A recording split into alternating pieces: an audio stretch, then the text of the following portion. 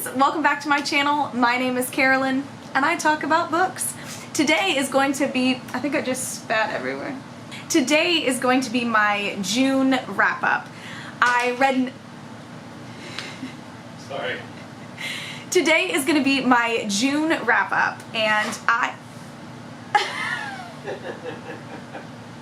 I read 9 books in the month of June. I believe I read 9 in May also, but I'm a little bummed with what I read this month. Not because they weren't good or anything like that, but I am in the middle of so many books right now that have like taken me the whole month and I just like haven't finished them. And so I'm a little bit disappointed with the fact that I didn't finish all the books that I am still currently working on. So the first book I finished in the month of June was My Sister the Serial Killer by Oyèkán Braithwaite.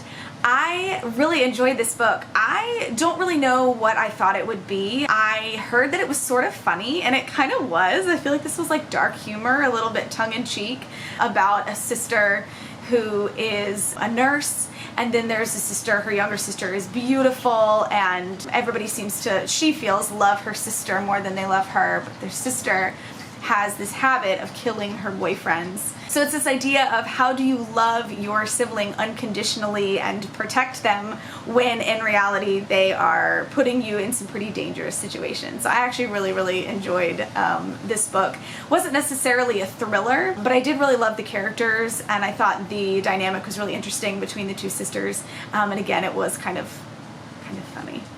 The next book that I finished in the month of June was Red at the Bone by Jacqueline Woodson. This book is about an African-American family.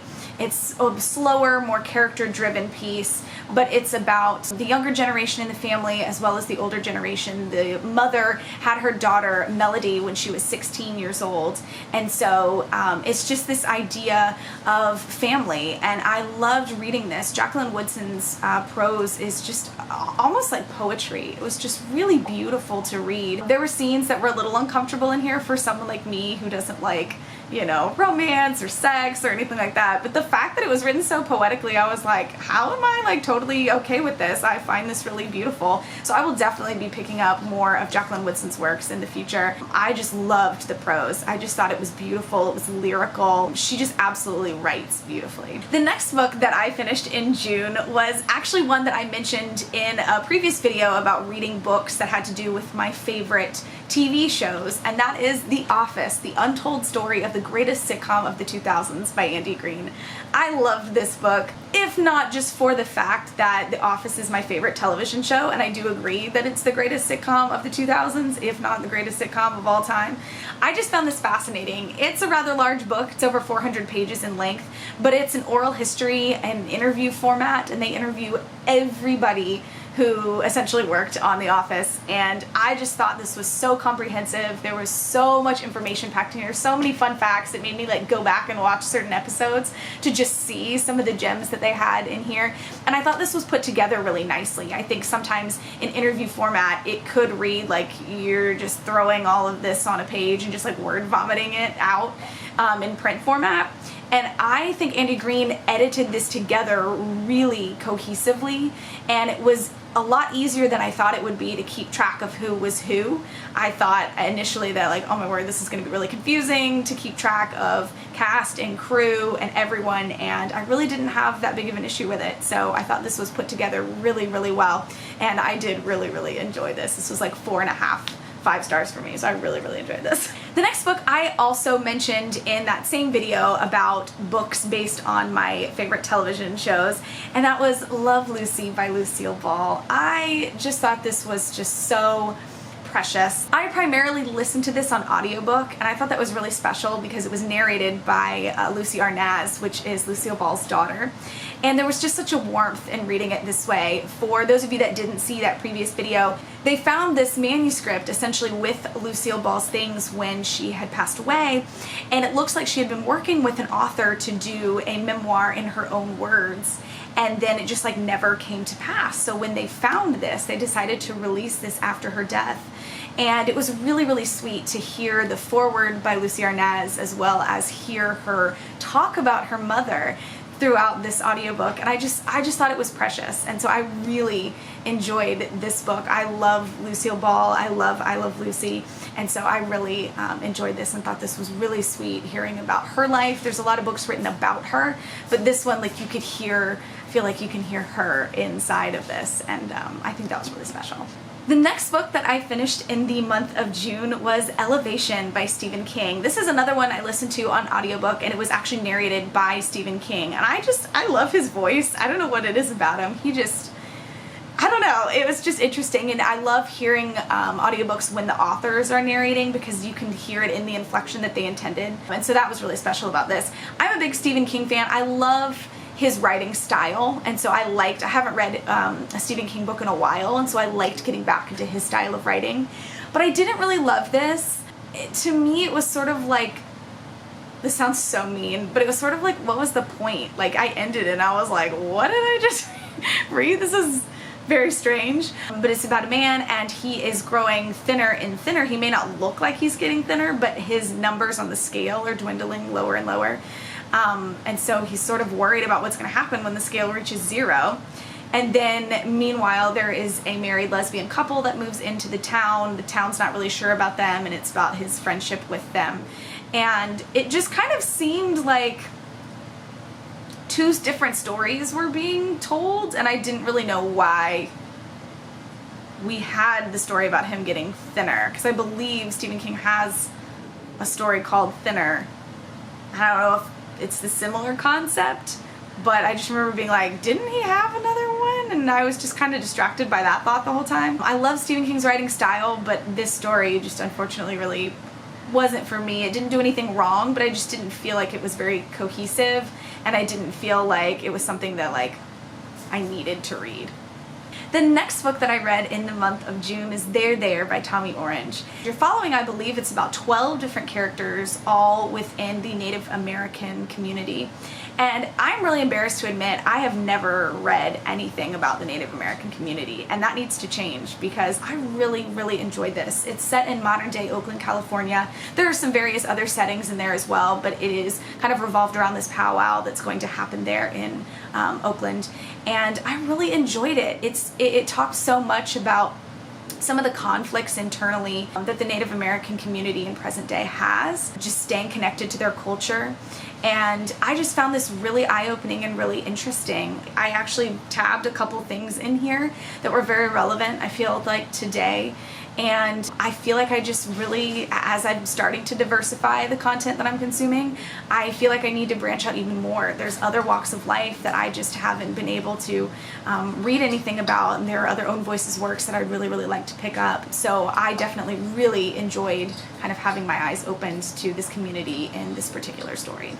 The next book I finally finished in the month of June is The Library Book by Susan Orlean. I have been reading this one for like a month and a half, and I really enjoyed it. I really don't know why it took me so long to get through it.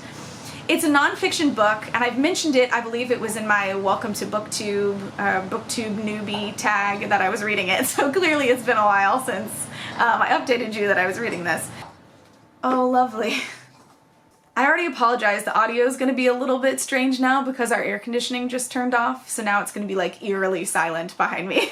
But this is a nonfiction book about the city of Los Angeles' public library fire. I believe it was in 1986. And it's also sort of a love letter to libraries in general. They do a section about the history of the Los Angeles library system, and then they also talk about library systems across the country and some of the challenges that they face, and also the additional services that they provide.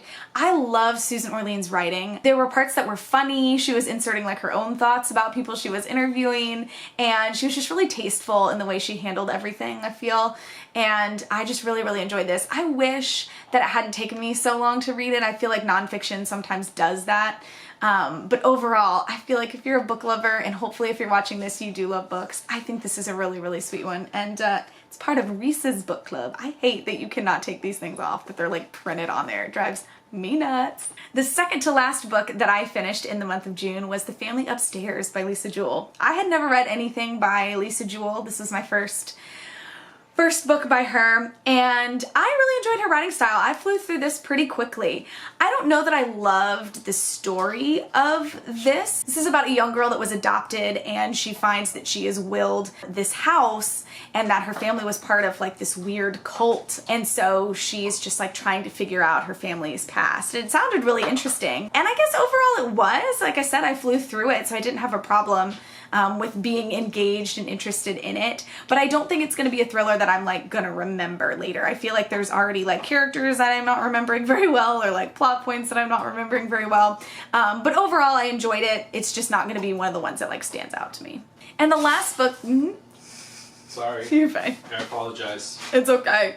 I'm on the last one anyway. It's fine.